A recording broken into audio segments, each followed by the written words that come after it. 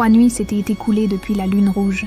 3 nuits où le vent n'avait cessé de tourner autour du village, comme s'il cherchait quelqu'un.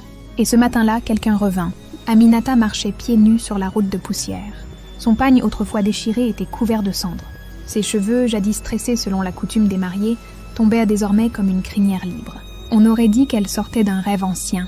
Certains disaient qu'elle était morte, d'autres qu'elle était devenue un esprit. Mais quand elle apparut au détour du baobab sacré, nul ne put douter. Aminata était bien vivante.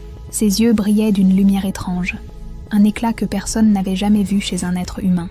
Le retour du silence. Le premier à la voir fut un enfant. Il portait un panier de mil, et quand il croisa son regard, il laissa tout tomber. « Maman, c'est elle !» cria-t-il avant de s'enfuir en courant. En quelques minutes, le village entier fut dehors. Les hommes, les femmes, les anciens. Tous regardèrent la silhouette avancer lentement dans la poussière. Aminata ne disait rien. À chaque pas, la terre semblait se refroidir, apaisée. Les feuilles se taisaient, comme si la nature elle-même retenait son souffle. Et puis,